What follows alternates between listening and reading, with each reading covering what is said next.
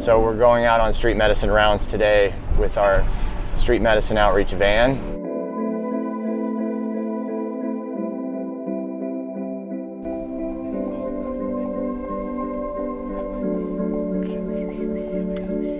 The big question is reaching people where they're at and earning their trust and engaging with them. And that's the challenge and the mission, is to try to get to know these folks and offer them what we have, and what they're ready to accept.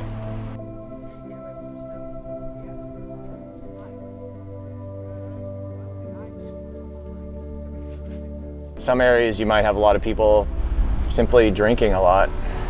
Other places would be opiates. Other places would be more stimulants and methamphetamine. But the percentage is very high.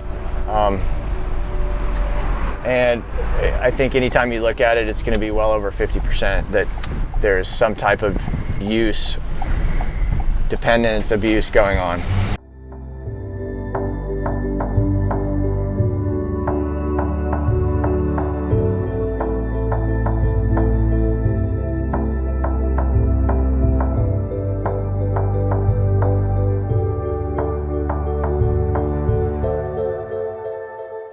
People are not just using opioids anymore, they're using a lot of different things. And the most common combination you see is fentanyl with methamphetamine. So methamphetamine is also taking off all over the country and increasingly being found in overdose deaths.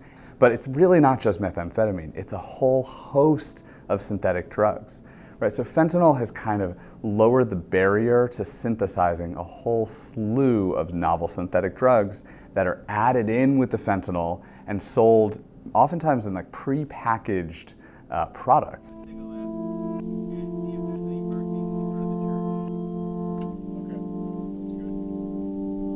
The more social power you have, the more choice you have as a consumer.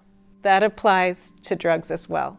So if you are an affluent person that uses opioids, you know how to get your way to the safer, manufactured, regulated supplies of opioids. You can get a doctor to get you some, you can find those.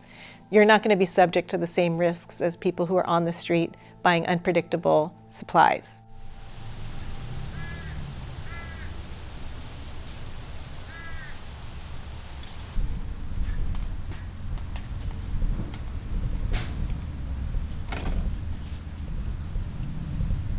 Have you used any drugs or alcohol?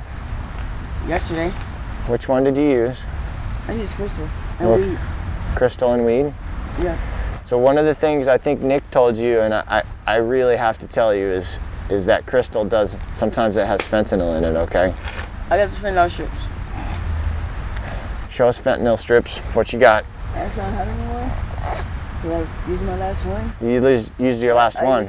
I usually get the fentanyl strips. Okay, I'm gonna call the harm reduction team and have them bring some more stuff over, okay? Did you test the batch that you have now? I don't have any now, but the last one I did. And it was okay? It didn't have any fentanyl in it? So there's 5 people to that. back to back. 5 people? When it first came out, I was 5 people back to back.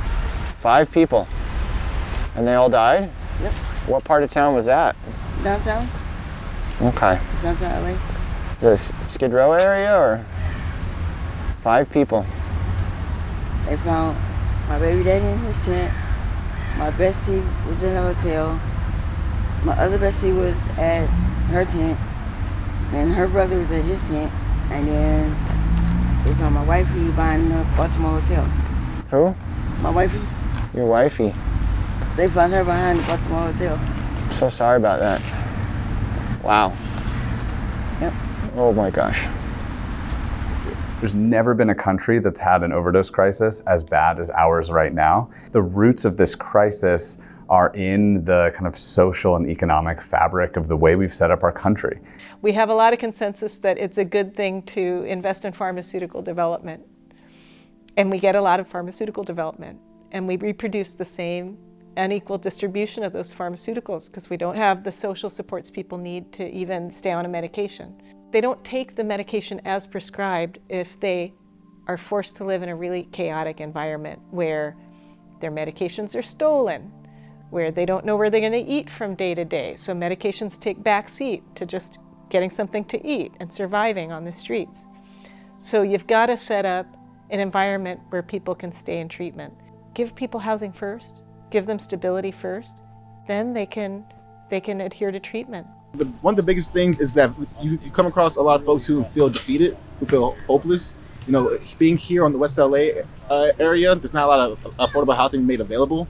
So you have people who have been on the wait list for years and years and years. And you have folks who are just tapped out and saying, like, you know, I've gone through the system before and it didn't do anything for me. Because you can't just take people that's been on these streets for 10, 20 years and just put them in the housing and be like, okay, they're okay. No, they got to readjust to living life normally again. And, you know, they need help with that. The reasons that overdose has grown so much each year is because we haven't done anything to address the kind of underlying structures that are driving this, right? We haven't really made people's social and economic circumstances of their lives better. We haven't made it harder to access drugs, right? That actually has not worked at all, trying to police them. We haven't given people good access to healthcare. We haven't given people good access to social services, and the drugs are becoming more dangerous. So I don't know why anybody would expect us to have made any progress. Sadly, I think it's going to get much worse before it gets better. This is a symptom of many, many more factors of poverty and trauma throughout people's lives. And understanding that addiction is a disease, and bringing that through kind of all levels of the population, so we can drive this idea that, you know, we can get together and help people through this. There are individual people out there, they all have their own stories, and they have such heart and soul. To me, it's the most important feature of my day is just, I go home and think about, you know, St. Louis.